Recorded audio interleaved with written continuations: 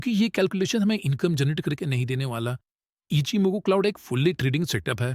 इसके साथ हमें कोई एडिशनल इंडिकेटर यूज करने की जरूरत नहीं होती, क्योंकि इचीमोगो क्लाउड हमें मार्केट के ट्रेंड और मोमेंटम को आइडेंटिफाई करने में हेल्प करता है, और साथ ही हमें स्पेसिफिक बाय और सेल के सिग्नल्स भी देता है।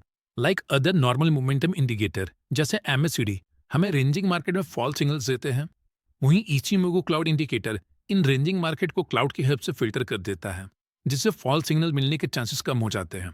तो जब आप किसी चार्ट पर इचीमोगो क्लाउड अप्लाई करते हो तो ये कुछ इस प्रकार दिखाई देता है। आप लोगों को दिखने में ये बहुत कॉम्प्लेक्स लग रहा होगा, पर ये दिखने में जितना ज़्यादा कॉम्प्लेक्स है, यूज़ करने में उतना ही ज़्यादा सिंपल है। तो सबसे पहले हम इस इंडिकेटर के कंपोनेंट्स को लाइन बाय लाइन जानते हैं। तो सबसे पहला जो लाइन है वो है कन्वर्जन लाइन, और दूसरा है बेस लाइन। ये दोनों लाइनें क्रॉसओवर के थ्रू बाय और सेल के सिग्नल जनरेट करते हैं। ये दोनों लाइनें मूविंग एवरेज क्रॉसओवर की तरह काम करती हैं।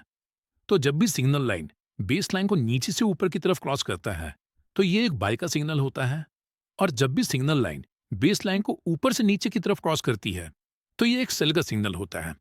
नेक्स्ट हमारे पास ये दो लाइनें हैं, लीडिंग स्पैन ए और लीडिंग स्पैन बी। ये दोनों लाइनें मिलकर क्लाउड की फॉर्मेशन करते हैं। ये क्लाउड हमें साइडवेज मार्केट को फिल्टर करने के साथ साथ हमें ट्रेंड को आइडेंटिफाई करने में हेल्प करता है। फॉर एग्जाम्पल, अगर स्टॉक बुलिश ट्रेंड में है तो क्लाउड भी अप ट्रेंड डायरेक्शन में मूव करेगा, और अगर स्टॉक बेरिश ट्रेंड में है तो क्लाउड भी डाउन ट्रेंड डायरेक्शन में मूव करेगा। क्लाउड का कलर भी हमें ट्रेंड को आइडेंटिफाई करने में हेल्प करता है।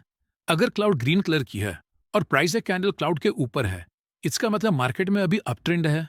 और अगर क्लाउड रेड कलर की है और प्राइस या कैंडल क्लाउड के नीचे है, इसका मतलब मार्केट में अभी डाउन ट्रेंड है। तो इस क्लाउड के अपने कुछ रूल्स है जो आपको भी फॉलो करने हैं।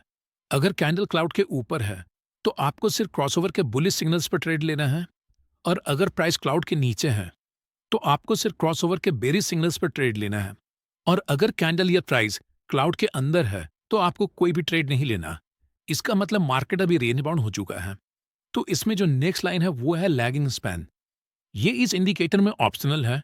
बहुत से ट्रेडर्स इसका यूज करते हैं और बहुत से नहीं करते हैं। लैगिंग स्पैन आज के प्राइस से 26 दिन पीछे चलता है।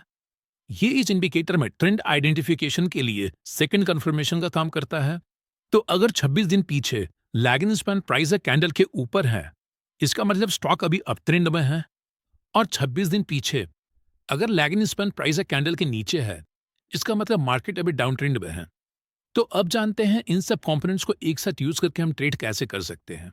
तो अगर प्राइस या कैंडल क्लाउड के ऊपर है और उसी समय कन्वर्जन लाइन बेस लाइन को नीचे से ऊपर की तरफ क्रॉस करता है, तो आप यहां बाय कर सकते हो, और सेकंड कंफर्मेशन के लिए आप लैगिंग स्पैन का यूज कर सकते हो। अगर लैगिंग स्पैन 26 दिन पीछे कैंडल के ऊपर है तो ये आपके लिए एक सेकंड कंफर्मेशन का काम करेगी, और अगर प्राइस या कैंडल क्लाउड के नीचे है और उसी समय कन्वर्जन लाइन बेस लाइन को ऊपर से नीचे की तरफ क्रॉस करती है, तो आप यहां सेल कर सकते हो। और एडिशनल कंफर्मेशन के लिए आपको देखना है क्या लैगिंग स्पैन 26 दिन पीछे कैंडल के नीचे है या नहीं। अगर है तो ये आपके लिए सेकंड कंफर्मेशन होगा। और याद रखिएगा, प्राइस या कैंडल क्लाउड के अंदर है तो आपको कोई भी ट्रेड नहीं लेना है। तो होपफुली गाइस आपको इस वीडियो से थोड़ी इन्फॉर्मेशन मिली होगी। अगर आपको हमारी वीडियो इन्फॉर्मेटिव लगी